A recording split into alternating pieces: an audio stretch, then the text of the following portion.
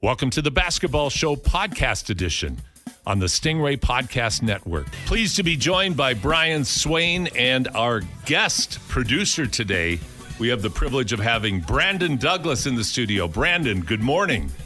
Morning, Paul. Morning, Brian. Thanks for having me in this morning. Happy to sit in and lend a hand. I caught word that Ryan is off jet setting, traveling the continent over, taking in some exciting action. Again, that's the thing about Ryan. This is, again, the second time, I think, in 3 weeks he's been doing something that I've never done in my life. Not that I'm envious at all or, begrudge him, but to be sitting in at Game 1 of the Celtics Mavs NBA Finals, that's not a bad gig. Our text line, 1-833-401-1440. We would love to get your takes on what you saw in Game 1, what you think will be happening for the rest of the series. But that's part of our poll question today. Brian, share the poll. Yes, our poll, which you can find on Twitter, or as it's called these days by the kids, X, at the basketball_show. We're just asking people, because there's a lot of talk after this first game that the Celtics just might steamroll the Mavs in this series. So our poll question is, will the Celtics sweep the Mavs in the NBA Finals? We got three options there for you. The first option is yes, they will. Second option is no, they will not sweep them, but they will win the series. And our third option is the Mavs will come back to win this series. So again, you can head on Twitter at basketball_show to answer that question. Thank you, Brian. And again, our text line is 1-833-401-1440. Text your take into us, please. We have a great show lined up today. Our community superstars, the president of the Edmonton Basketball Officials Association, Karan Lewis, joins us. As well, we're going to talk Edmonton Stingers. We have head coach and GM Jordan Baker, and outstanding player who's been really doing some great things on the court. Davion Warren will be joining us as well. And then we have from the 3x3 Canada Olympic team, Paige Crozan. Of course, we always are privileged to talk with Michelle and Catherine Plouffe, being Edmontonians, being the fantastic players they are. But Casey Bosch and Paige are a huge part of the reason why this team is in the Olympics and one of the favorites to medal going into Paris. And then we're going to talk seriously about the Mavs-Celtics series with our friend Chuck Cooperstein, who's been with us many times before. And he's the radio voice of the Dallas Mavericks, and he's going to join us today as well. So fantastic show. All right, guys, Game 1. A lesson was laid out by Boston on Dallas. Now, I'm going to give you some context here. Clearly, it looked that night like Dallas can't play with Boston. Too many weapons, the guard play, and this is something I've talked about quite a bit and a lot of people have paid attention to, is how will Derek White and Drew Holiday be able to defend and do what the Timberwolves couldn't do. And the other night, it looked like, certainly as it played out for Kyrie Irving, who had one of his off nights, it looks like maybe that could be the case. But I remember way back when, and I want to say it was either 85 or 87, when the Celtics were playing the Lakers. Birds, Celtics, playing Magic and the Lakers. First game was 148-104 for the Celtics. The next game, the Lakers came back, won the game, had the split, went home and won the series in 6. So I think, we know game to game, things can change. Adjustments are made. Teams cool off. I mean, is Porzingis making his comeback? Who was just on fire in the first half and less of a factor in the second. So I'll go to you first, Brian. What do you think? Can Dallas right their ship and be in this series? Yeah, I think they'll make a series of this. I don't think they're going to win it, but I mean, I think there's been a lot of overreaction here in the last day and a half since the people Celtics do won. that on social media. They do it on social media. They do it on the airwaves. They do it on the streets. I think Boston's a really good team. They've reeled off, I think it's 8 wins in a row now since they lost the second game in the first round to Cleveland. They're a really good team. So is Dallas. I think that this is a tougher matchup for Dallas. You alluded to it there, Paul. I think that this is much, especially defensively, this is a lot. The Celtics are going to cause a lot of issues for the Mavs and Luka and Kyrie that the Timberwolves couldn't. But Dallas is a good team. Listen, we've seen this throughout the playoffs. You know, it's been up and down over the place. I think we saw Denver beat Minnesota by 35 points one game, and Minnesota still won that series. You know, and heard an interesting stat on the broadcast the other night is that I think it's just over 70% of all teams in NBA history that win Game 1 of the finals go on to win the whole thing. But hey, I can tell you, I'm still scarred by 1998 when the Bulls came back on the Jazz from being down 1-0. So I mean, it can happen. It happens all the time. We've seen lots of comebacks in these playoffs. This is far from over. And just to give you an example, Paul, remember last week our poll question was who is going to win MVP of the finals, and I think like a combined something like 80% picked either Kyrie or Luka. So most people clearly thought Dallas was going to win the series at that point in time. We could be having an entirely different conversation at this time next week. We certainly could, Brian. All right, Brandon, when we came in, what I heard was we're going to have a hot take. Let's have it. I might have been pumping it up a little bit too much. So, you're too Canadian. Admittedly, so I didn't catch Game 1 live. We were at the Elks 75th anniversary gala the other night, but kind of once arriving home, check back, watch the condensed, I put quotes around that version of the game. And I don't know if it's panic mode for the Mavericks yet. I mean, in the chances of Kyrie Irving shooting that poorly again in a second consecutive game, I would certainly think is low. Yeah, the Celtics have a lot of really good defensive players, and Porzingis' return to the lineup was very heavily felt, like you mentioned, Paul, particularly in the first half with some offensive production. So I don't, to go back to the poll question, I certainly don't think this is going to be a sweep or even 5 games. But, man, from what we saw from those Celtics in Game 1, my original pick of the Mavs to take it all, I think, is very much being put in doubt because the Celtics looked unbelievable in the first game of this series. Well stated. That pick might be in jeopardy. That's for sure. Now, here's what I saw, and this is what separates the Celtics from everybody else. They have 5 players now with Porzingis on the floor that can shoot the 3. Who has that? Nobody else in the league has that. Like when you think of how the Timberwolves were playing the Mavericks, the Timberwolves are not a free-flowing team. They're a very abrupt team. They do things abruptly. There's very little flow in the way that they play on offense. The Mavericks rely so heavily on the usage of Doncic in particular, but Kyrie as well, and everybody else feeds off that. Boston has 5 guys. Like Drew Holiday at moments would take the ball one-on-one, go to the basket, and overpower the Dallas defender and score. Derek White's a really good player on both sides of the ball. Tatum and Brown were excellent that night. And then Porzingis coming in and hitting everything. That's a tough lineup. And I think that the impact that Porzingis had and the way it freed everybody else up a little bit more was one of the things that I took away from it. Now, I am really curious to see what Dallas does defensively. Yeah, and this has been a playoff of matchups, Paul. And I'd be curious your thoughts on this because I think we agreed, we discussed this at length last week about how Dallas was just a much more difficult matchup for Minnesota than Denver was. But if Denver had played Dallas, I think we would have liked Denver's chances in that. If Minnesota had got through, how do you think they would have matched up against Celtics in this situation? Better, I think, than Dallas. Yeah. Because I think their guards... The actions that Dallas runs aren't as they're just different. They're just so different. I think that the Celtics rely so much on one-on-one play and spreading the court, penetrating, kicking, movement, shot, or attack again, and they can do it so well. And 4 of the 5 guys can do it really well. Yeah. So I think Minnesota, though, with their size, their length, I think they would have bothered. I think they definitely would have bothered Boston more. Dallas, I mean, Luka. Let's face it, Luka can't guard anybody.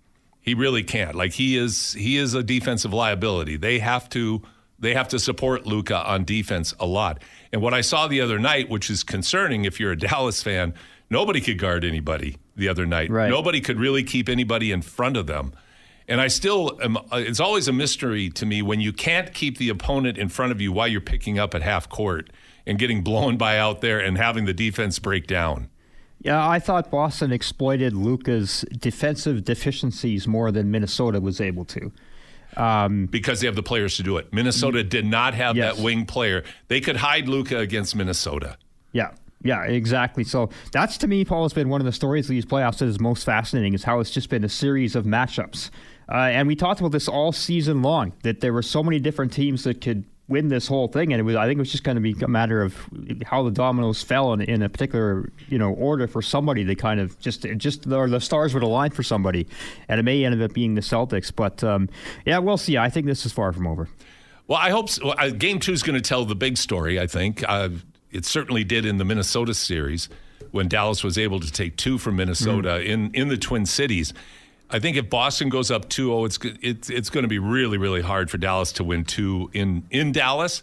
So I think the next game, for some reason, I think this is the game for Dallas, because they're going to have to figure some way to disrupt all of the actions that Boston is able to get away with. And when I look at Brown, like, he shoots the 3 so well. Now he goes to the basket so well. White, Holiday posting up, and Tatum, man, he was magnificent the other night. And neither of them had to go off for 30. Everybody was scoring. So it was really a jubilation the other night. Now, when they start missing, here's their weakness. They live by the 3 and die by the 3. They shoot more 3s than anybody. So if that isn't working that night, can they adjust and go a different way to score? I haven't seen that from them, and that's where they got beat by Miami, by Cleveland in the league in those one losses, is they just don't shoot the ball that well. So is Dallas able to disrupt them? Yeah, and I guess we'll find out. I think, like I say, Paul, I think we've got a series on our hands here yet, and the benefit for Dallas that they do have, there's 3 days here between games, so they've had some time to maybe kind of go back into the lab and hopefully figure some things out and make some adjustments for game 2. Here's something that stood out to me in the game, and I think it's a testament to the athleticism and speed of the entire Boston lineup, the 4 players out front, not Porzingis so much. Didn't Luka look really slow? Like, he looked like he still got his shots. He's still at 30. But he looked like he was even a step slower than he did against Minnesota. And I think a lot of it is because Boston's just so fast, and they push the ball so fast. Yeah. Like, they're always pushing. So everybody's moving at a very high speed. It's like I say, they were able to exploit his deficiencies in ways that we really didn't see, especially the Timberwolves, but really no team in the playoffs has been able to this point. That's 100% correct. And I think, too, like, Brandon, you made the point about Kyrie. It's going to be real interesting to see how he responds now, because White and Holiday can flat out guard, and they're bigger, longer, and the help that they get from Brown and Tatum. They were very aware of Kyrie, and he didn't find his rhythm. Now, we all know Kyrie is probably the quickest guard that we've ever seen in the NBA, and the best guard at getting his shot in such a variety of ways, even though he would be considered undersized. So I have no doubt that Kyrie has a lot left in the tank. So it's going to be a marvelous series. We're going to take a break right now. When we come back, we're going to do our community Superstars Spotlight, and we're going to feature Karan Lewis, the president of the Edmonton Basketball Officials Association. You're listening to The Basketball Show on Sports 1440. Welcome back to The Basketball Show. I'm your host, Paul Sir. I'm very pleased to be joined with the president of the Edmonton Basketball Officials Association, Karan Lewis, who is one of our community champions. And Karan, it's a real pleasure to have you on the show. Yep. Thanks, Paul. Looking forward to it. Thank you. Well, you're most welcome. Karan, talk about your career as a basketball official. What drew you into the officiating world? Oh, you know what? I pride myself on controlling basketball games. That is our FIBA mantra. And it just so happens that when I was a coach, I was hard to control. Like, I got a lot of technical fouls on the sideline. And I remember actually following a referee who's now a mentor of mine, Karen Lasuk, at a gym in JP. And I said, like, what is going on? And was carrying on. And I was like, she's like, who are you? Maybe you should become a ref. And I took that as a personal challenge. And that was the start of my journey. And I will say it's one of the most humbling things I've actually done, because walking into that room and seeing those referees that I've had altercations with on the floor because I was naive to the rules, or even just how the game was supposed to be played. Again, a very humbling experience. And for me, I've grown a lot over the years, becoming a referee, becoming an executive member, the director of education. I now have a very good understanding of how challenging it actually is. And you know what? I wouldn't wish anything on any referee nowadays, because I know how hard it is, for sure. There are occupations in life and just experiences in life that unless you're in that world, you really have no idea. Because I think to your point, Karan, it's absolutely true that people who don't know what it's like to be on the court with a whistle and having to call and control a game, as you alluded to earlier, they don't know how hard it really is, because it's an art form. It really is an art form. Okay, so Karan, not only do you officiate, but obviously you're the type of person who can't be just content with just going on the court, collecting his money and going home, because you've become very active in the Edmonton Basketball Officials Association, but also beyond EBOA and officiating basketball in Edmonton. Talk about your other endeavors. I mean, again, I when people use the word passionate, I love to hear that. I'm super passionate about basketball officiating. I mean, it's afforded me the opportunity to now be, an internationally certified 3x3 referee, which I'm super proud of. I'm involved, locally as a president. I was the director of education for Edmonton and also for the province. And currently I'm serving on an education and development committee for our national board. So I live basketball most of the time. I breathe it. I enjoy it. But I love the educational piece of it and trying to help people learn and develop and grow. And I've always wanted to be a part of that. Not just as an educator in my professional life as a teacher, but also just in the basketball world. I want to see people grow and I want to see people develop and learn, because it's not an easy job, but I want to make sure people have the right tools when they step onto the floor to be successful. And I love that. That's my favorite part of basketball. It really, really is. So, yeah, I enjoy it, Paul. Well, you mentioned that you're an educator, and I'm talking to Karan Lewis. Karan is the president of the Edmonton Basketball Officials Association. He's also a FIBA certified 3x3 official, and he's joining me on the basketball show. Karan, you're into education. You're educating officials all the time.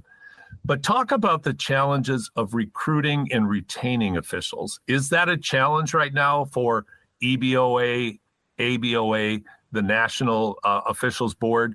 Is that something that's becoming harder and harder to do? If so, why? And if not, why? Yeah, I mean, it's always going to be challenging, right? And especially because you kind of want the right people that want to be there and want to learn. But I mean, like, you look at Edmonton right now, and basketball has grown so much. It is hard to keep up with that demand and trying to fill those games. I mean, this weekend we have 406 basketball games at one tournament. We have 350 referees, and that's tough to challenge.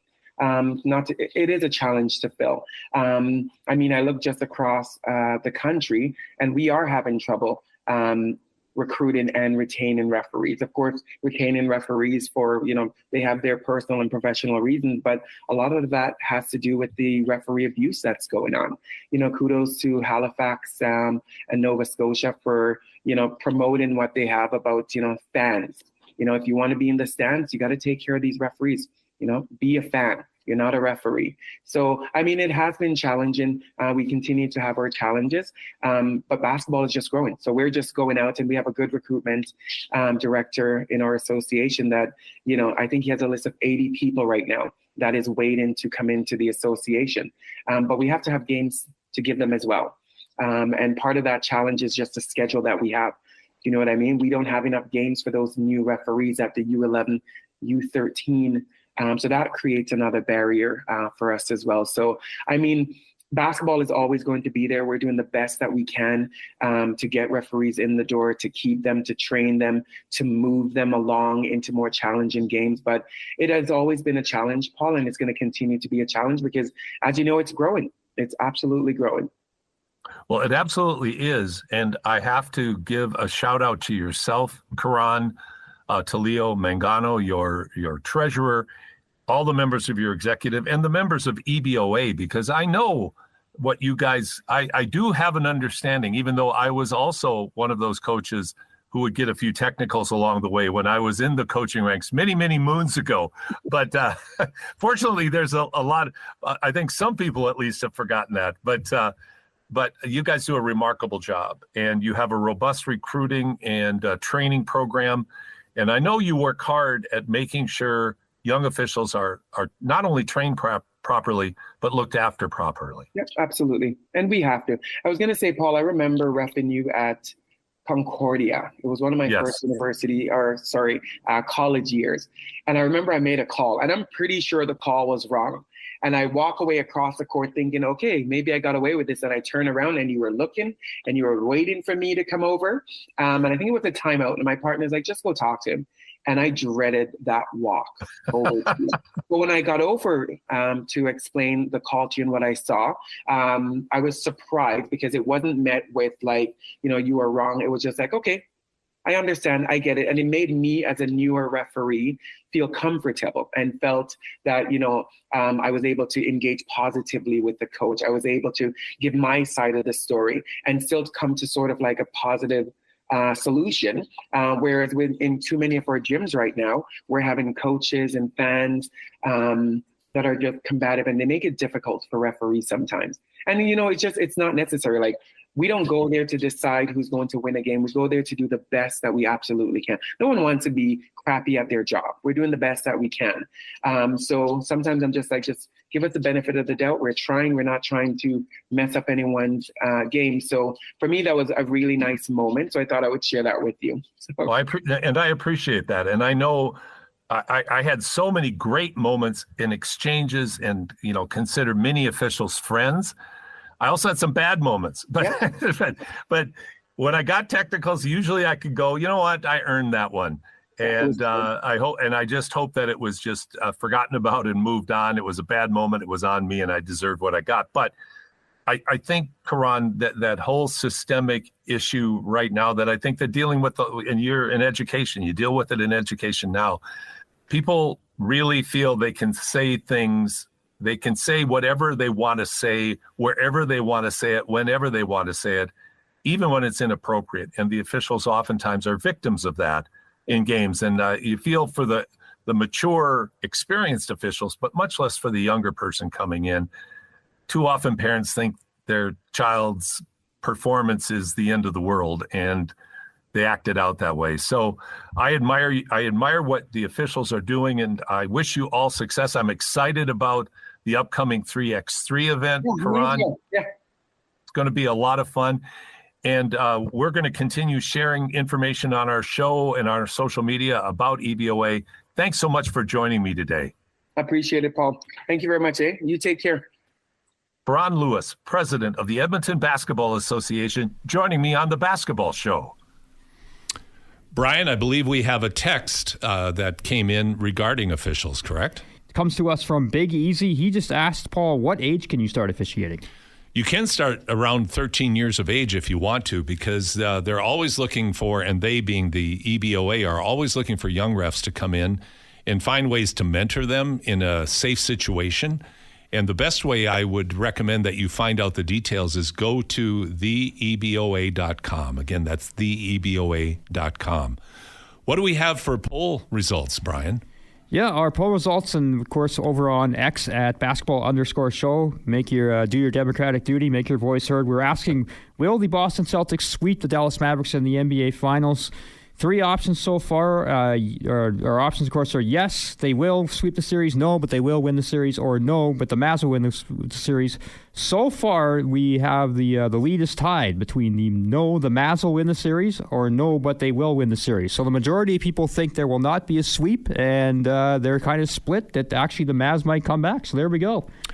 Well, that's still a lot of believers out there. There are, and I think it's a very smart and savvy perspective to take, because people don't get panic-stricken because it's a bad loss in one game, particularly the first game of the season, especially after being off as long as both teams were. Obviously, Boston was ready to go.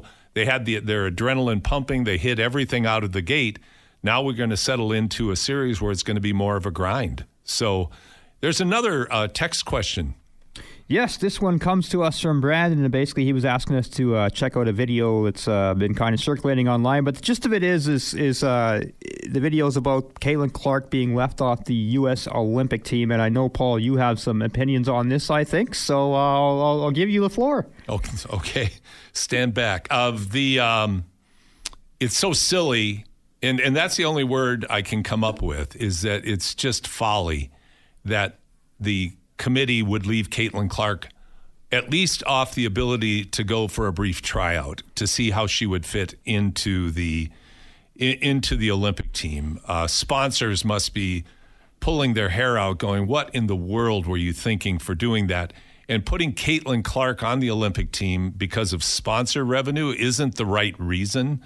Although, Olympics and finance, they don't go together, do they, Brian? I mean, it's just purely about the sport, isn't it? I don't know of any decision that's ever been influenced by such a thing in the past. I know. I guess there could always be a first time. It's just pure sport. Nobody's worried about making any money.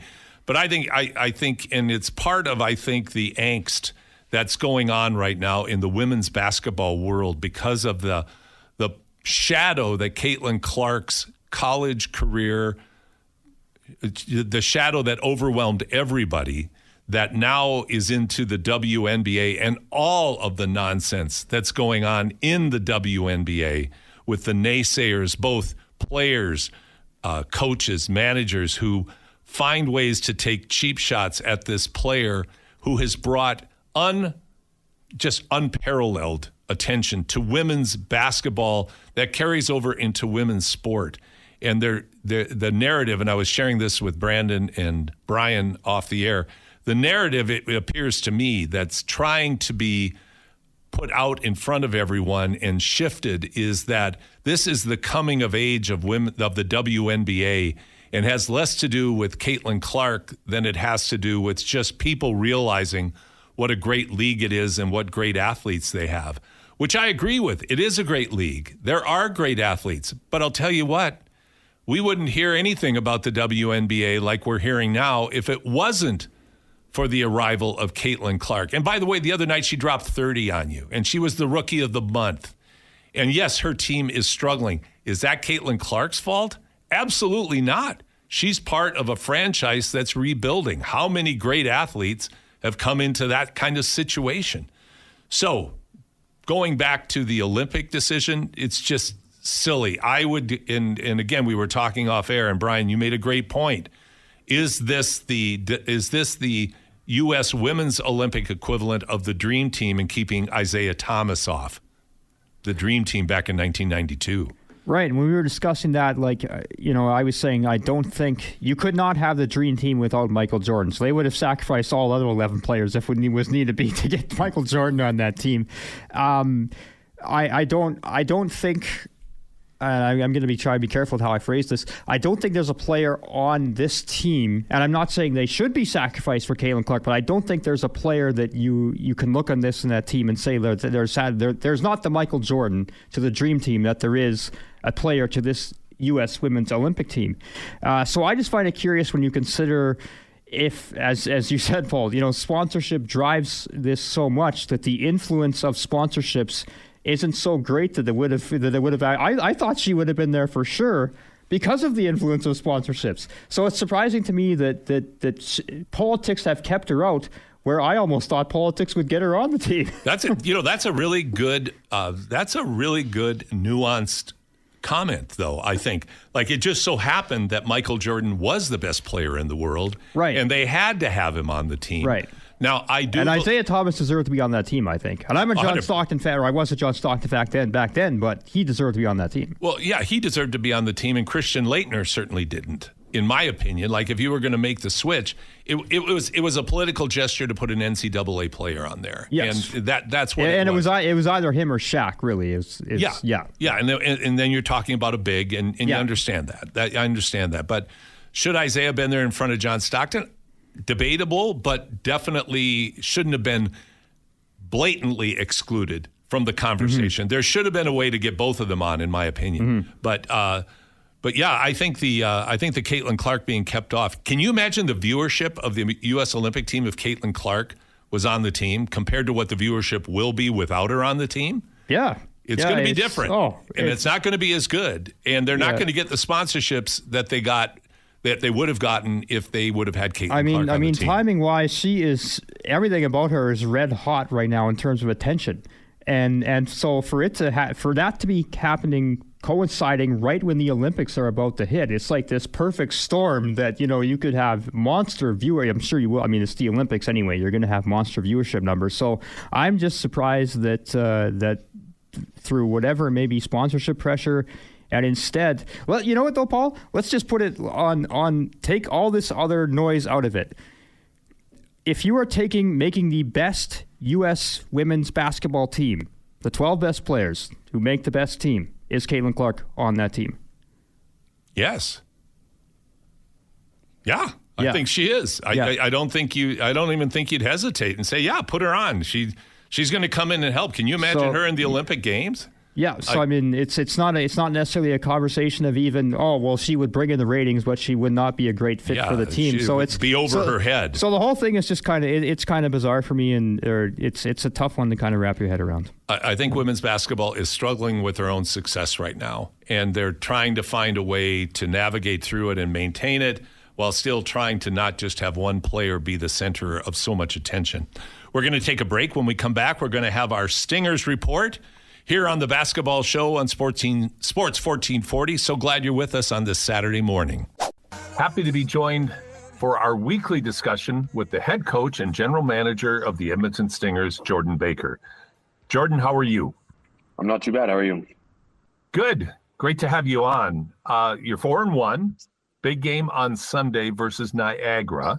Talk a little bit about this past week, Jordan. You guys have had a very difficult and challenging schedule with games on the road, back-to-backs, travel, and then a couple of games close to each other in the Expo Center. So talk about let's talk about the Vancouver loss. Great game, 93-90, unbelievable crowd for a weekday evening rather. But talk about your team's performance, what you learned from the game, and how you're preparing for Niagara. Yeah, as you mentioned, it was a tight game. We tightened up a couple of possessions, and maybe we're talking about a 5-0 team instead of a 4-1 team. But I think it's a great refresher for guys to be able to step back and realize that the details matter, and transition defense matters, and defensive rebounding matters, and some of the things that our coaching staff have been trying to preach in the locker room are sometimes the difference between wins and losses. And so we're taking the opportunity to improve and refocus ourselves in practice, and that was the biggest thing over that stretch you mentioned. Was we didn't have opportunities to practice. It was walkthroughs, it was shoot arounds, it was travel days in between our last 4 games. So now we have an opportunity to fine tune some things in a real life practice situation, which is exciting for us. That really is, Jordan. And what a great perspective from a coaching staff to be able to look at the energies and efforts, because I think everybody who's watched the Stingers so far, this is a real easy team to like. The energy, the effort, the depth. You guys bring so much to the game. But when you have those factors that you just laid out, you have to learn from them. And now you have some breathing room to focus on them. How have the players responded to the instructions and directions from the coaching staff? Yeah, I think with our team, one of the nice things is our depth. And so, if someone's not bringing it in practice, or someone's not, bringing the intensity that we're requiring in games, it's like the next man up mentality. And so that adds a certain level of motivation for everybody to want to play hard, because it's an understanding that if you're not bringing it that day, there's no obligation to play you. We've got depth. We've got people at every position that we can slot in. So it adds to the sense of urgency for everybody in the gym. I'm talking to Jordan Baker, the head coach and general manager of the Edmonton Stingers. The Stingers play the Niagara River Lions this upcoming Sunday at 4 p.m. at the Expo Center. Jordan, is there a player or two that you could single out that you're impressed with, something about their game that you maybe didn't expect going into the season? I mean, I think somebody like Elijah Miller, who, was a backup point guard who grew into a starting role before hurting himself, dislocating his ankle last summer. I think, there was some question marks about, whether or not he would be ready and able to, take on that full-time responsibility as our starting point guard. And he's done a great job this summer. Obviously some growing pains as a young pro, but he's accepted the challenge that we put in front of him, and he's done a great job of taking on the challenge defensively as well as on offense. Talk about the Niagara River Lions and their strengths and what you're preparing for the upcoming game. Yeah, I think they're similar to us in terms of they've got a lot of depth across the board. They got guys that can put the ball in the basket from every position. They've got size. They've got some guys that really can defend on the ball and away from the ball. So, they're a similar challenge to what we present to teams. They're well coached. They've got a lot of returning players who are familiar with each other. So, it's going to be a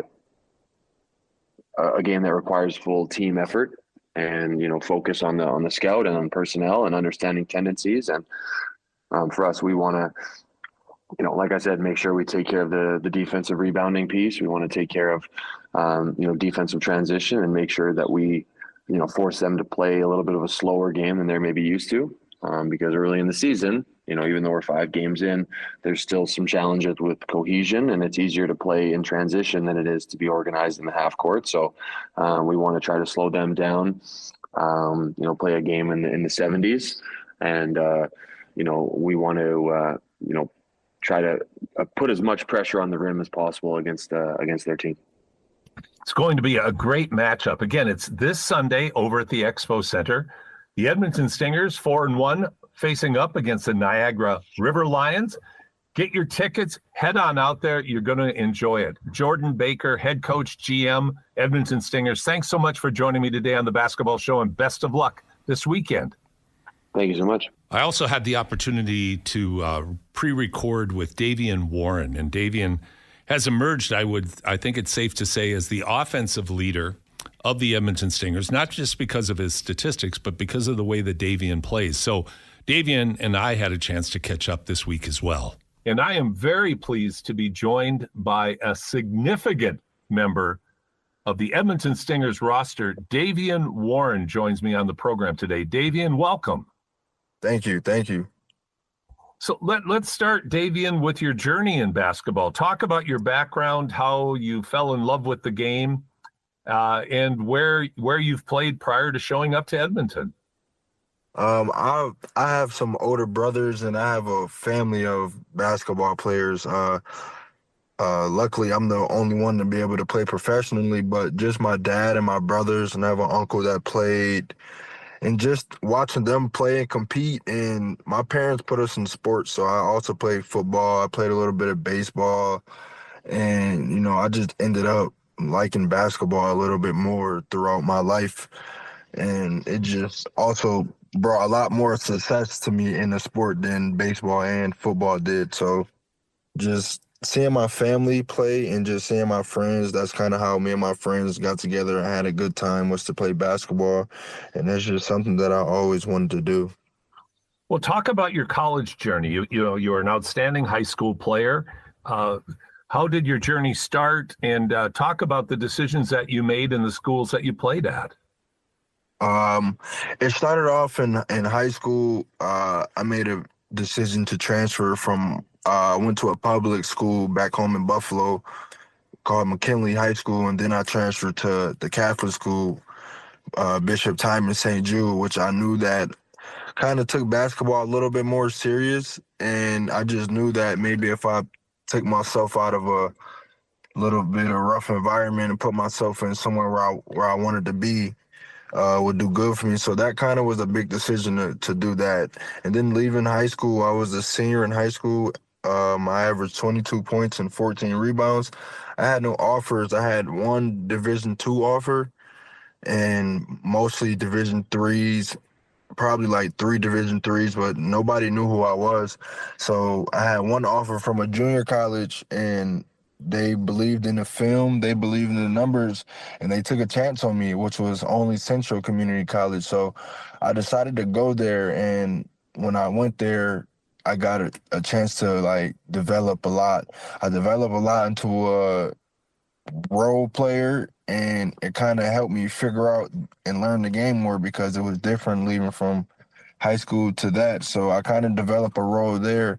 And as I developed a role, there was a part of my game that I never showed in a school setting or anything like that because it just wasn't a part of me at the time. But I continued to work on my game and I worked hard every day. So I would still do little things that I knew I can do, but I kind of couldn't do it in game yet. But I would still work on it every day at my junior college to be able to display that. And once I was leaving junior college, I had 2 good years there. I had the options to go to Hampton, South Dakota, Niagara were pretty much like the 3 main schools I could have went to, and I chose Hampton because I was looking for that freedom at the Division I level, that freedom to where I can find myself as a player, in which that is being a scorer. So Hampton most definitely brought that character out of me, and choosing to go to Texas Tech brought another ability out of me, and that's being able to play defense. So it's like my story all correlates to the professional athlete I need to be. Well, and I'm talking to Davion Warren, one of the stars on the Edmonton Stingers, who's led them to a 4-1 record early in this CEBL season here on the Basketball Show on Sports 1440. You know, Davion, the life of an athlete is short in the big scheme of life in general. And what I sense in what I sense in your voice is that you have this window of opportunity and you're trying to maximize it. That's why you're here in Edmonton, isn't it? Yeah, most definitely. Because like with Coach Jordan, he's another guy similar to every coach that gave me the opportunity. He's given me opportunity to showcase what I can do because every team in the CEBL didn't want me. Teams passed up on me in the CEBL, and Jordan took that chance and taking me in. My goal is to help him win a championship, and and I appreciate him. And at the end of the day, I just want to leave my mark and win a championship or not. At the end of the day, I still have to showcase the player, and I wanted to thank Jordan for allowing me to be able to show that, night in, night out. Well, I think that's an awfully nice gesture, and what I appreciate about our conversation right now, Davion, is the blend of confidence, of humility, of the understanding that it takes hard work every day. And you said something early in our conversation that really resonates with me that I don't think a lot of basketball players understand. In fact, I don't think most basketball players understand, and that is you've got to work as hard as you can when nobody's watching. Yeah, most definitely. That's the time that matters. A lot of guys try to tune things up and fix things up during the season, where it's like life doesn't work like that. We're playing a game where it's a skillful thing, so it's not something you just wake up and do. You some guys are blessed to do that, but this is something where you have to actually go get reps at, go get 1,000 shots up a day, 800 shots up a day. Whether you're making or missing it, you're still treating and training your brain to the muscle memory of how to make a shot. Well, Davion Warren, it is a pleasure to have you in Edmonton, and I am really grateful for the opportunity to talk with you today. So I wish you not just great success with the Edmonton Stingers. Certainly we want that, but I wish you great success in your career in basketball and in your life. Davion Warren, thank you so much for joining me here on the Basketball Show today. Thank you for having me, man. Hopefully Edmonton's for the champions 2024. That's what the goal is. Davion Warren joining me on the Basketball Show on Sports 1440. One reminder for the game tomorrow is that it starts at 4 o'clock. It's at the Expo Center, Hall D. Get your tickets. Get down there. They're playing the Niagara River Lions, a very good team. Should, as Jordan Baker pointed out, it should be a real intriguing matchup.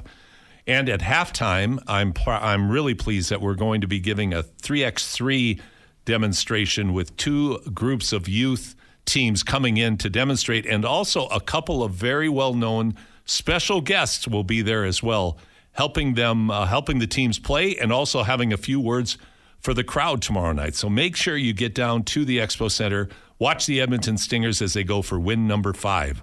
We're going to take a break right now, and when we come back, we're going to talk more NBA with the radio voice of the Dallas Mavericks, Chuck Cooperstein, here on the Basketball Show on Sports 1440. Chuck Cooperstein, the play-by-play voice of the Dallas Mavericks. Chuck, welcome to the show. Morning to you out in Edmonton. You guys did us wrong. Well, did us wrong in Dallas. But yeah, we did. We did it wrong, did it dirty, and I'll tell you what, we couldn't be happier, Chuck. I understand, but there's no way any team should ever win a game being outshot 35-10. Should never happen. No argument from us. That we were kind of chuckling beforehand about there's winning ugly and there's winning real ugly, and that was real ugly. But unfortunately, it's that one letter, the W, that counts. Indeed, inarguable point. So, speaking of W's, that certainly wasn't the case for the Mavericks the other night. Chuck, what were your impressions of Game 1 of the championship series? It was the same game that I saw on March 1st when the Mavericks came into Boston and they lost by 28 in that game. The only difference in that game is the Mavericks were actually closer at halftime, made a big run in the third quarter, had a chance to tie the game or take the lead. P.J. Washington missed a pair of three-pointers, and then the Celtics went on a big run, and then the Mavericks let go of the rope in the fourth quarter, and that was basically the game. This game, again, the Celtics got off to a monstrous start, an even better start. They built a 29-point lead. And the Mavericks make a really nice run late in the second and then into the third to get it down to 8. And they've got the Celtics, I think, on their heels a little bit. And the crowd was a little nervous for sure. Luka got hot. But then the Celtics did what the Celtics do. I mean, in this game, the Celtics had a 6-point run, a 7-point run, an 8-point run, a 9-point run, a 10-point run, and a 14-point run. And it was that 14-point run at the end of the third quarter that basically put the game away. Well, I guess, the Boston capability to go on those epic runs, Chuck, is something they've displayed all year. I forget what the statistic is, but it's something ridiculous about how many 20-point leads that the Boston Celtics had through the course of the season. And I guess the big question then becomes, what can the Dallas Mavericks do to limit those runs and control the pace of the game so that the Celtics aren't able to spread them out and to find multiple shooters, which they have? Well, obviously that is the question, and that is the adjustment that is going to have to be made. I look at the Celtics series with the Cavaliers, and while they won that series in 5, in 3 of those games they had 35 3-point attempts or fewer, and really that has to be the goal for the Mavericks. They've got to limit the 3-point attempts to between 30 and 35. I mean, when they get higher than that, and the Celtics have averaged 42 in their last 3 games, just on their volume and with the quality of their shooters, it's going to be, as Joe Mazzulla likes to say, it's the math game. And, they can play the math game because they have shooters all over the place. There are very few, if any, teams in the NBA who have as many shooters as they do. I mean, I think the Mavericks, they need to close a little bit better. I mean, I think they did an okay job of it, but, there was some great shot making by the Celtics. I don't think there's they want to clog the paint as much as possible. I don't know if that is the way to do that against the Celtics. We'll see if that changes up a little bit and really what that means for somebody like Daniel Gafford, who sometimes struggles playing in space. And also, let's face it, they got Lively into foul trouble. He got a couple of touch fouls there in the third quarter during the midst of that run. But Lively's really important because he can play in space and he can guard out there. So they want to be as big as they can possibly be, but still have the ability to be mobile. And we'll see if that works. It hasn't worked very often against the Celtics all year, so we'll see if it works here in Game 2. Talking to Chuck Cooperstein, the voice of the Dallas Mavericks here on the Basketball Show on Sports 1440. Yeah, and very little's worked against the Celtics all year. I totally agree with you. Kyrie Irving's performance the other night, one of the X factors I felt going into this series, Chuck, was that Boston has, I think, the combination of the two best defensive guards in the league. And I think that really bothered Kyrie the other night. They're a little longer. They're still very athletic. What does Kyrie Irving have to do, and what do the Mavericks have to do to get Kyrie to be more impactful? Kyrie has to make his open shots. I mean, he was 0 for 5 from 3, and none of those were challenge shots. And he's shooting over 42% from 3 going into that game. I think he's just under that now. He's got to be able to make that shot. The Celtics don't allow you that many threes. I mean, the Mavericks only took 27 the entire game. So Kyrie's got to make that shot. And I actually thought he started the game okay. But it seemed as if, as the game moved on, that he became affected by the crowd and the situation. And, it's a big thing in Boston. Look, ever since he from the 2022 season on, basically the last 3 years, Kyrie is 0-11 against the Celtics, and he's really played poorly. He's averaged only 20 a game. He shot 41%. He's shooting under 30% from 3. I think there are times where there are open shots that he's got to be able to make, but also I think he and Luka and everybody else, even though there were a bunch of blocked shots the other night, I still think they've got to be able to try to take it inside as much as possible and try to draw some fouls too, and at least make them think about it. Because if all they're going to do is play on the perimeter, that's easy enough for the Celtics to be able to defend. It really did look like a bit of the deer in the headlights the other night for the Mavericks. They did look at times, and in fact, most of the time, I thought they looked a bit overwhelmed as a team. Luka got his. Luka can get his against anybody. That we know that. The Kyrie factor is huge, but the other players, the role players, have to step up in a much bigger way as well. Now, I'm going to run a scenario by you, Chuck, and I'd love your opinion. I forget if it was 85 or 87. The Celtics, Bird Celtics, playing Magic's Lakers. Game 1, I think it was 148-104 for Boston. 85, the Memorial Day Massacre. Memorial Day Massacre. There we go. I knew the stat guy would get that. And then the next game, the Lakers came back and won the game. Completely took, I think, everybody by surprise, and then turned around and won the series, I think, in 6. So I think, is there any parallel here where you think the Mavericks could come back? Because the one thing I felt about the Celtics the other night is like you're almost too good. It's almost too much of an adrenaline high. From that, at some point you're going to come down to earth because they do live and die by the 3, and the games that they don't shoot the higher percentage, they are vulnerable. So is that a possibility in your opinion? Of course, it's a possibility. The Mavericks, they're 1-3.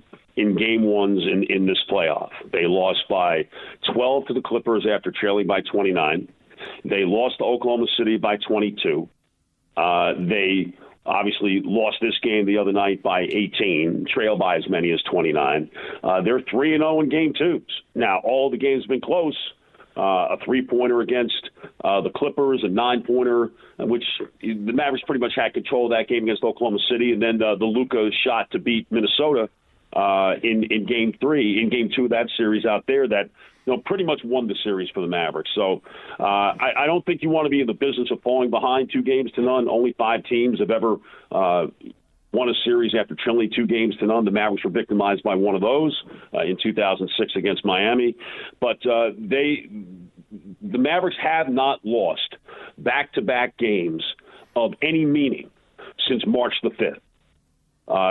They lost a couple of games at the end of the season when they sat all their players. But basically, since their turnaround that began after a 3-game losing streak on March the 7th, March the 5th, the following game against Miami, they actually trailed in that game by 15 in the first quarter and rallied to win and actually won comfortably. But this team has not lost back-to-back games. They know what they have to do. The question is, are they going to be good enough to execute it, and will the Celtics show any cracks at all to allow them to have that opportunity? That's a fascinating concept about this Boston Celtic team because they're bringing along with them the history where people doubt them. And they certainly in game one wanted to make a statement, which they were successful in doing. But I would dare say that the combination of Dallas's resilience, their ability to make adjustments, to change matchups to their advantage in some cases, and Boston's history of not quite being able to finish it, which is still lingering in the mindset of Boston. I think until teams exercise their demons, they're always there, in my opinion, Chuck. So this really is a pivotal game. Can that second game magic that the Mavericks have had in the playoffs so far continue on? And the Celtics have lost, 2 of their 3 game twos as well. So, but they stared death in the face in game 1 of the conference finals against Indiana, and were able to get through it. And then they killed the Pacers in the second game, and then the other 2 games, obviously in Indiana, were close. But again, this is a matter of resilience and trying to rise to the moment. Then, I think Doncic will have, his game. Because where Luka is really the most dangerous is when he can pass, and he had only 1 assist in the game, and the Mavericks as a team, I believe, only had 9, but they had only 5 going into the fourth quarter, which is just preposterous. Which again tells you how great the Celtics defense was, how great their help was, and the ability to stay on shooters, especially in the corner. They took away the corner threes that Luka just feeds off of with his passes. The Mavericks had only 3 corner 3 attempts the entire game. They lead the NBA in corner 3 attempts. They didn't have any. So there was nowhere really for him to go with the ball. It was the classic example of the great player, the scorer and passer. Generally speaking, you would prefer that player score as opposed to pass to getting others involved. And the Celtics did that, and we'll see if that changes at all. Because if that doesn't change, and guys like Jones and Washington are unable to make their shots, so when the ball is hit to them, when there may be people in their face, well, that becomes rather problematic for the Mavericks. Well, it really does, and I know you agree. Everybody agrees right now that Boston obviously was the best team in the league through the entire season. The hope was from the Western Conference, because the Western Conference is such a gauntlet, that the battle-hardened Mavericks or whoever came out of the West would play against the Celtics, who would have played a softer schedule getting in there. But now Boston, that was game 1. But like you mentioned, game 1 against Indiana found a way to lose that more than Boston found a way to win it, I believe. That's very true. But, again, great teams take advantage of the opportunities presented to them. The Celtics did that. The Mavericks took advantage of some opportunities presented to them in the Minnesota series, especially in Game 2 when they were down 5. They're down 5 with a minute and a half to go, and they wind up winning the game. Minnesota, a couple of turnovers late in the game. I mean, that is the way it goes. But, the Celtics, they kind of remind me, like if you look at U.S. college basketball, like back in the day with UNLV and Jerry Tarkanian, when they won, national championships, were getting to the Final Four. They played in a bad league, but they were so much better than everybody else that it really didn't matter who they were playing. And you see that, today with Gonzaga, where they've been so much better than everybody else in their league, and yet, they still are able to have this tremendous success. The league that you're playing in per se, or in this case, the conference, really kind of masks ultimately the quality of the team. And the Celtics are a really, really, really high quality team, and you get teams that win as many games as they've won.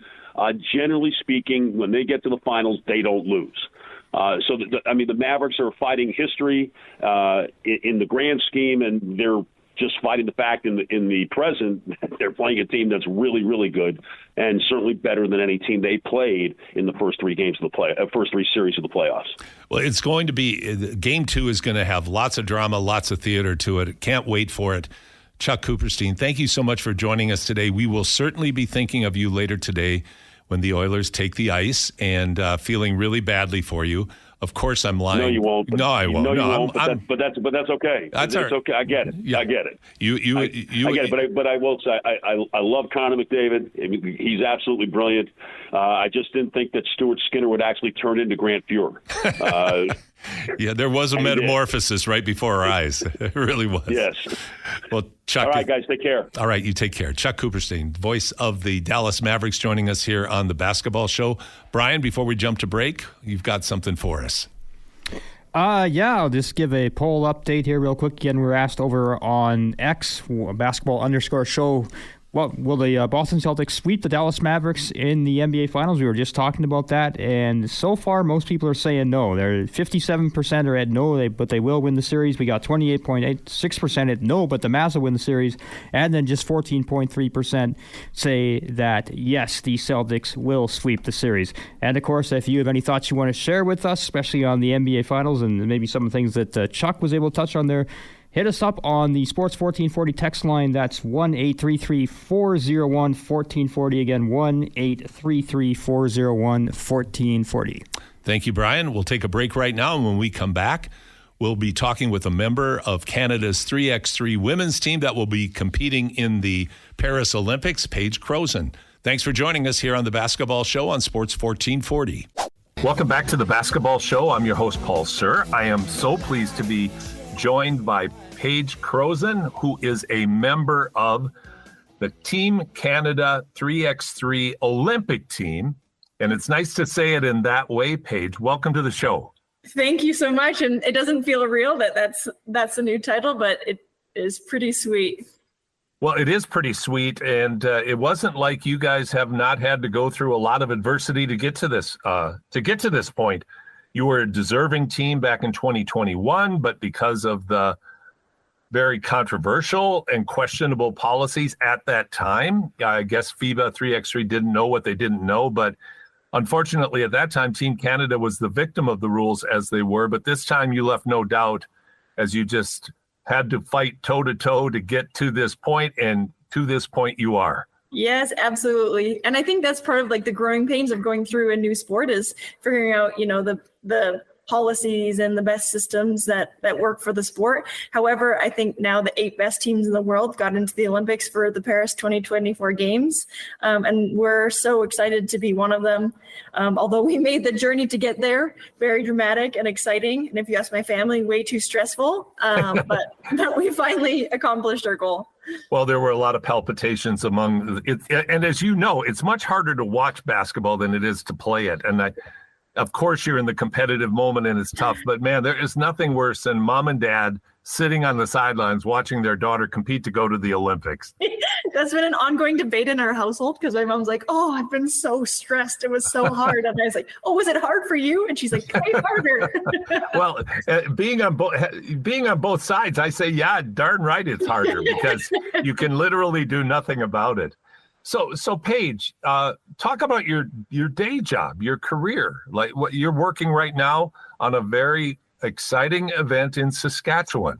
Yeah, well, I have a few things going on. Obviously, I'm the mom to my 5-year-old daughter, Poppy. Yes. The role that I'm most proud of and cherish so closely. But then I'm also the general manager of the Living Skies Indigenous Basketball League, which is a province-wide youth Indigenous basketball league that has no charge of entry for the athletes. We just want to kind of remove the barriers of participation in sport so all youth can come and participate and receive the benefits and all the things that come along with like being involved in sport. So yeah, we just want to remove those barriers. And then we also want to provide skills that are going to help our athletes beyond the court. So we have the league, which includes like tournaments, games, practices. We have workshops, and then we have cultural education pieces, all trying to care for the holistic athlete and just trying to create a safe, welcoming environment for all youth to come in and have a positive experience in sport. So they get to do all of this without the financial burden that so often prevents kids from being able to participate. So kudos to you and your organization for the vision that you have and the work that you're doing for kids, that this will make a difference for in their lives. This is building bridges, building confidence, and building opportunities. Yeah, thank you, Paul. And it's been, we've been pursuing this league, or I've been involved in the league since 2020, and we've had almost 2,500 athletes come in and participate from all different walks of life. And, we're just trying to use sport as a form of reconciliation within our communities. That is wonderful. And I'm talking to Paige Croson, member of the Olympic 3x3 women's team representing Canada in the upcoming Paris Olympics. So let's talk about one other thing that you do. You also happen to help coach at the University of Lethbridge in the women's program as well, correct? Yes, I do. I help out coaching the university team, and I just love being involved in sport in many capacities. And so I think to be able to, coach high performance sport has also helped with the way I see the game and kind of my outlook on the game. And I think that's been a huge asset for my playing career as well. So really proud to be involved with that team as well. Well, when you say you like to be involved in a variety of ways, I think that's an understatement. My image of you, Paige, is you're on the unicycle juggling chainsaws and flame torches and everything, putting it all together.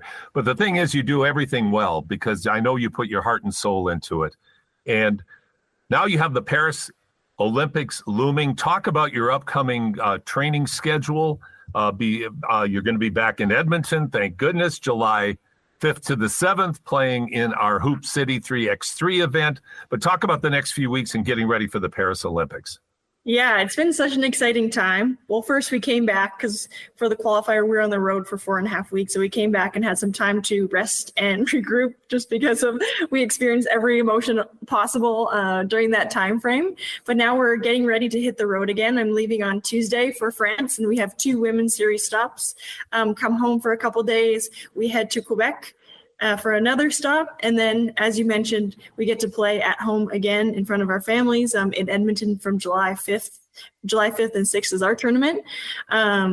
So we just have some really good opportunities to prepare and refine, some of the sets and things that we've been working on to try to make sure that we are performing optimally come the Paris Games. So Paige, if there is one thing, one focal point for you personally that you're looking at that's most important in getting ready for Paris, what would that one thing be? The one thing that I've really had to improve upon in an area that I've had to grow in the last few years is not so much like the physical side of sport. Obviously, I'm trying to continue to improve and grow my game, but getting in the gym has always been easy because it's something that I love, that is just like so joyful and so freeing for me.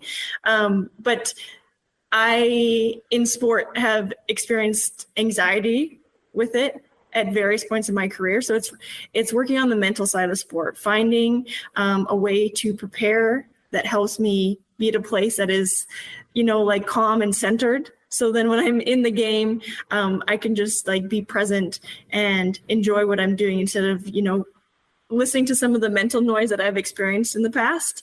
And that is a practice that I've really had to develop over the last couple of years, just because I would get into the game and almost just feel like so overwhelmed, or, I had like the fear of failure. So I was worrying about not losing instead of actually playing to win. And so for me, it's just having a quiet, mindful moment where I can breathe and be with my thoughts, and then also work on, just visualizing the outcome that I want on the court as well. That is just so well stated. And so many athletes, I think, go through, all athletes go through that. Some are blessed with just a wealth of confidence, deserved or not. Others have to struggle to find that confidence. But the fact that you're expressing it this way, you're aware of it, and you're tackling it head on, Paige, is just a testament to your dedication to the sport and growing and improving in all facets of the sport, with not just your play on the court, but also at a deeply personal level. Yeah, thank you, Paul. Yeah, it's been a journey to get there. And I just had to, like you mentioned, be honest with myself of like, what is holding me back, the imposter syndrome that I felt, and kind of becoming aware of what is the story that I'm telling myself, and is it helping me or is it hindering my performance? And what where do I want to get to on the court? And I just realized that it was like that mental block, the mental barrier that was actually like holding me down. And so having my daughter and having this added perspective, I think was really like freeing for me, because, becoming a parent, as you know, forces you just to reflect on, who you are, what you want to give to your children. And I just saw some of the things that she struggled with, or some of the things within her that, that I noticed that I had within myself as well, where it's like, okay, she's nervous to try new things. I also experienced that. But seeing it in her allowed me to be like, I love that about her. And so then it allowed me to give myself that grace as well. So I think like being a parent has been really freeing in that regard as well. Well, if for anyone who is a parent, that the second your child arrives, the life that you had before disappears, evaporates, and you wonder, what the heck was that? Because it's never the same. It's not even close. Not even close. So, yeah. Well, Paige, you're a wonderful mother. You're a great leader in your work, and a tremendous basketball player. Thanks so much for joining me today. I know I can speak for everyone when I say we wish you nothing but success on the upcoming women's series stops. Looking forward to seeing you back in Edmonton, and of course, we will all be cheering mightily along with you as you go to Paris. Thanks so much, Paul. Take care. Paige Crozan from the Women's Olympic 3x3 team representing Canada in the upcoming Paris Olympics, joining me on the Basketball Show. We're so fortunate to have the women's basketball team in 3x3 going to Paris, representing our country, but boy, are they representing our city and province as well as any team could possibly do so, with Michelle and Catherine Plouffe from Edmonton, along with Casey Bosch from Lethbridge, and Paige is from Saskatchewan, but working and living in Lethbridge as well. And you just can't find higher quality human beings. And to be able to combine that with athletic excellence just is such a testament to their hard work. And I'll tell you what, Alberta did Canada basketball a real solid by plopping this Olympic-level medal contending team right in their laps. And they've done nothing but work hard and have been preparing for this for years. So we're really excited for them. And again, I remind everybody, at the upcoming Stingers game tomorrow over at the Expo Center in Hall D, we have a 3x3 demonstration as we prepare for our Hoop City event, mega event, largest event in Canada. And we have two special guests from the Women's Olympic team going to be there as well. We're going to take a break right now and come back with our last segment today. You're listening to The Basketball Show on Sports 1440. So glad that you're with us this Saturday. We were talking off air about, did we overestimate how good the Western Conference really was this year? And I think the other night, there were a lot of people that were shocked, myself included, at just how talented, let's not even deal with how well they played, how talented the Boston Celtics are. Because, Brian, I'm going to jump to you on this. When we watched Dallas play against Minnesota, and Minnesota had one of the top defenses in the league throughout the entire season, I think it was Charles Barkley was saying historically good on defense. But what it also revealed was how there were a lot of offensive limitations in the Wolves. Like the Boston free-flowing skill set that they put on display the other night, and that's not necessarily going to carry through for every game, but that was really special. And when you watch the Timberwolves, it was at times a very clunky offense, and they had to work really hard to get their points. So I would herd that back into the question, did we overrate the West because there were a lot of good teams as it related to the East? And because, Boston had the best record in the league, but a lot of people attributed that to a weaker Eastern Conference. But did we overrate the West versus the East with the Celtics?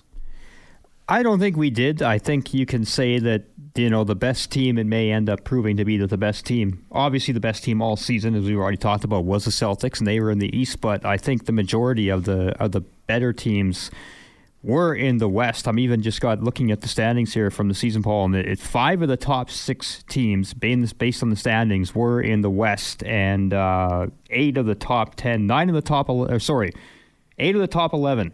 Only New York, Milwaukee, and Boston were the only East teams in the top 11. And, we can, these records are what they are. And, of course, they're all based on the schedule of who they played to a degree as well.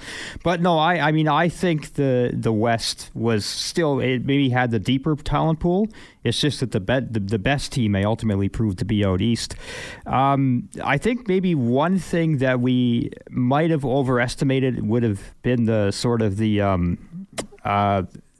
gauntlet that a team would have had to run to get through the West. Like, I don't think Dallas had this incredibly challenging journey to get to this point where they've arrived in the finals just completely beat up. We kind of talked a lot about whoever gets out of the West by the time they get to the finals is not going to have anything left. I don't think that's the case here. I just think that Boston is so far through one game. Again, let's not overreact here, but so far has been the superior team. Let's break that down for a second. Why are they the superior team? Number one, their starting lineup, Porzingis, White, Holiday, Tatum, and Brown, all 5 can shoot the 3 really well. That's number one. Number 2, defensively, the out front, and I've talked about this many times, but White and Holiday are elite defenders. And good offense always trumps good defense. And as we saw the other night, Luka's going to get his. They did bother in game 1 Kyrie a great deal, as our friend Chuck Cooperstein pointed out, particularly in the second half. But they're very good. And they also, it's not that they can just shoot the ball, but you've got 4 guys that can create their own shots as well. Tatum and Brown are elite in creating their own shots. But Holiday demonstrated on 2 or 3 occasions that he was able to overpower the Dallas guards and go right to the basket. And White can create his own shot as well. Well, you break that down very well, Paul. I mean, you could speak to this a lot better than I could, but just what I have, and I said this earlier, what I found most fascinating about these playoffs is how much it has just been a story of matchups. And if we're talking East versus West, we've already said we thought that maybe Minnesota could have been a more difficult matchup for Boston than Dallas has been. And I'll just throw even a couple other teams out there for you, Paul, like if they had got through. Denver or OKC, 2 other teams we thought had a very good chance coming out of the West. They were in the final, or the Western Conference semifinals, but lost. What would you think, if either one of those teams had matched up against Boston, would they have been favored? I think Boston would have been favored. I still think... Even against Denver? Even against Denver, because I think Denver's weaknesses are that what I saw the other night was... Okay, I'll qualify this a bit. Boston's going to live and die by the sword, the 3-pointer. As Chuck pointed out, they're averaging 42 threes a game. They shoot the ball extremely well. They get open shots. They create open shots really well for each other. That's tough to defend, even for a Denver. I don't know what answer they would have had for necessary. Well, I take that back. What also was impressive the other night was how Dallas was defended by Boston. If you weren't Luka Doncic and you weren't Kyrie Irving, their shots were contested, and they don't have the versatility. Their Jones is a spot-up shooter in the corner. That's what he does. Washington's a spot-up shooter. A couple of times PJ took it and got to the hole and did something good, but overall they're not overly sophisticated players like Brown and Tatum are. That's right. And I think that's the versatility that Boston has that nobody else has. Is Brown and Tatum create their own shots in really, really high-level ways. Like getting to the basket, their athleticism is overwhelming at times. And Tatum's step-back 3, it's Luka-esque. I think Doncic is still the best, but Tatum's not far behind. Like, he's really elite. And what I loved about his game, and this is what's bad for Dallas, is how unselfish he was the other night. Same with Jaylen Brown. And Brown's blocking shots and at the rim, along with Porzingis blocking shots at the rim. I would have loved to have seen Porzingis go against against Nikola. Yeah. That would have been a fun matchup. Oh, that would have been awesome. Yeah. I in a lot of ways, I think that would have been a really, really. There are so many dream matchups that we did not get in this playoffs. But, these guys are all young enough still that we may hopefully see them cross paths down the road. I think so. And that kind of leads to where I'd love to take this is what next? We're going to get through this series. So what next? What does Dallas do to improve itself? Like they made a great in-season trade to improve themselves, to get them to this point. Will Minnesota, let's talk Minnesota just for a second. Are they going to stick with this lineup? They have some salary cap decisions that they're going to have to make, but can you see, I can see a scenario where they try to retool in a fairly major way. Like, will McDaniels be back next year? Like, there's a love-hate thing with McDaniels in Minnesota. Karl Anthony Towns, like, what do you do with him exactly? Rudy's now getting long in the tooth. He, arguably, he was the defensive player of the year, but a lot of people feel that was a bit of a placebo. But he was a defensive player of the year, but he also was, again, coming down the matchups, he was exploited in that series against Dallas. Exploited badly, too. Yeah. You would never have watched that series and say, hey, that guy is the defensive player of the year. Right? So, because the matchups were so bad for him. What I love, Paul, is when you look at the future for all these teams, there's so many intriguing questions for all of them, and right now there is no kind of archetypical NBA template for building a champion as there has been in the past. Like in the past, you might build for 10 or 15 years, the super team was in vogue, right? And then it was trying to copycat the Warriors. And before that, we often saw teams build towards just beating one team. Like the Spurs for a few years there kept building towards beating the Lakers. The Lakers assembled themselves before that to beat the Jazz. Before that, everyone was building a team that could beat the Bulls. And so that, these are different philosophies in different eras, and I'm really going to be curious kind of what, as we get into what I almost call kind of like a new era here for the NBA, what is going to inform player personnel decisions as all these teams, because there is no, I don't think anyone's going to look at this and say, that's the model that we should necessarily replicate, or that's the team we have to build towards defeating.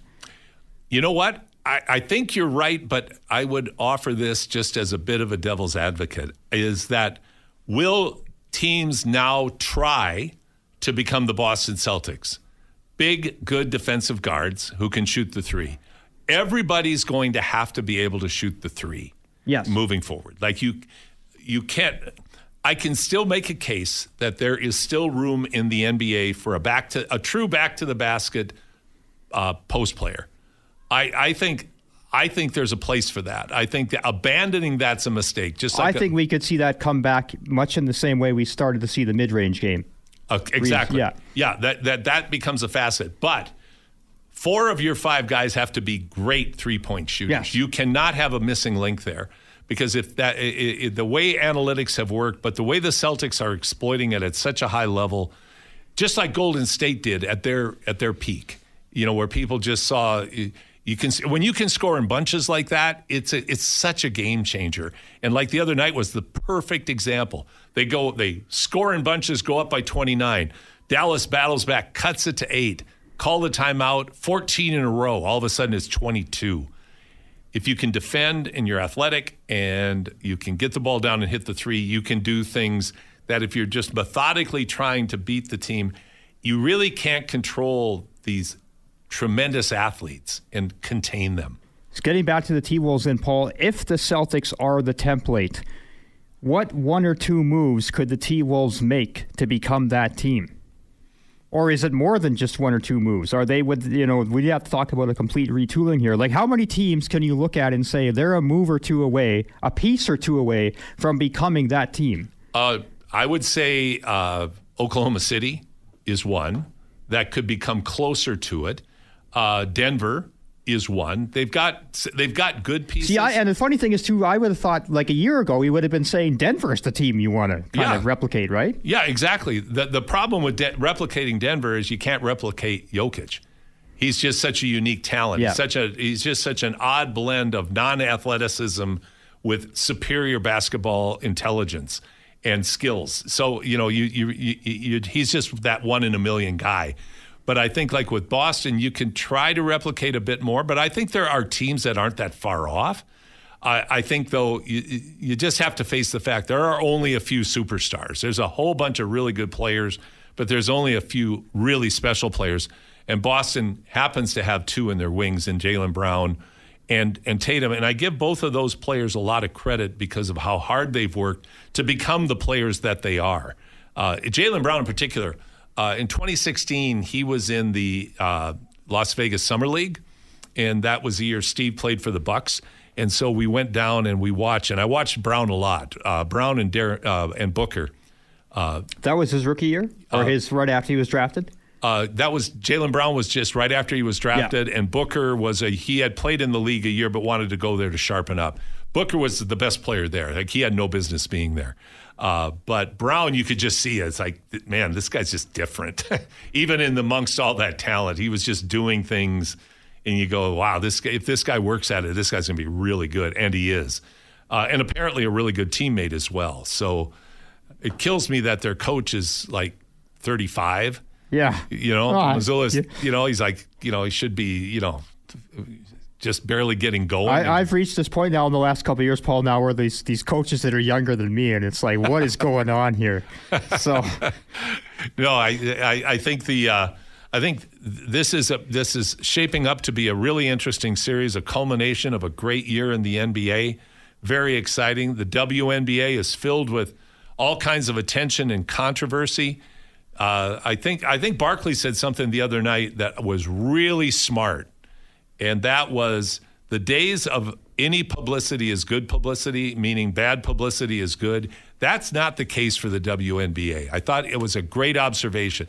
Bad publicity for a league trying to establish itself with relevance is not a good thing. So, we're going to have to wrap things up. Brandon Douglas, thank you so much for being with us today.